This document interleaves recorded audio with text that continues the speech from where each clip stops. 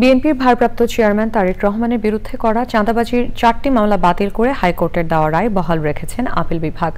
হাইকোর্টের রায়ের বিরুদ্ধে রাষ্ট্রপক্ষের করা লিভ টু আপিল খারিজ করে ওই আদেশ দেন সর্বোচ্চ আদালত। রাজনৈতিক উদ্দেশ্যেই মামলা করার পাশাপাশি নির্মমভাবে তারেক রহমানকে নির্যাতন করা হয়েছে বলে দাবি করেছেন আইনজীবীরা। মাজহারুল হক মানার রিপোর্ট। চাঁদাবাজির অভিযোগে 2007 সালে বিভিন্ন ব্যক্তি বাদী হয়ে রাজধানীর গুলশান, কাফরুল, শাহবাগ ও ধানমন্ডি থানায় তারেক রহমানের বিরুদ্ধে 4টি মামলা করে। মামলা দায়েরের বৈধতার প্রশ্নে আবেদন করা হলে হাইকোর্টের বেঞ্চ ওই 4টি মামলা বাতিল করে রায় দিয়েছিলেন।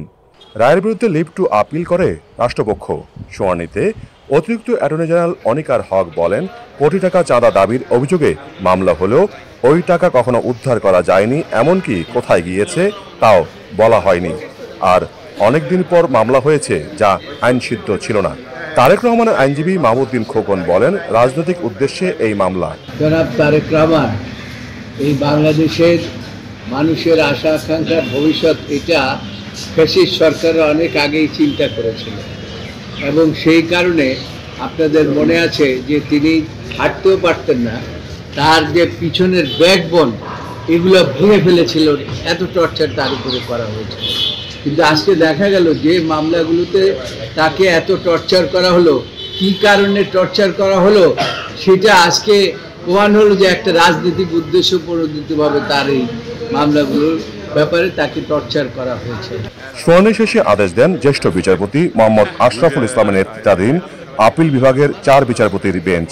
আজকে এই মামলাগুলো থেকে এবং রায় থেকে প্রমাণিত হয়, আমরা বিগত কত বছর যাবৎ বলে আসছি যে বিএনপির চেয়ারপারসন দেশনেত্রী বেগম খালেদা জিয়া এবং জনাব তারেক রহমান সাহেবের বিরুদ্ধে রাজনৈতিক উদ্দেশ্যে তৎকালীন 111 সরকার এবং তার ধারাবাহিকতায় শেখ হাসিনার সরকার মিথ্যা বানোয়াট মামলা দায়ের করেছিল। আইনজীবীরা জানিয়েছেন, তারেক রহমানের বিরুদ্ধে মানহানি সহ কয়েকটি মামলা এখনো বিচারাধীন আছে। তবে এই মামলার সাথে তার দেশে আসা না আসার কোনো সম্পর্ক নেই বলে জানান তারা। মাজহারুল হক মান্না, চ্যানেল আই, ঢাকা।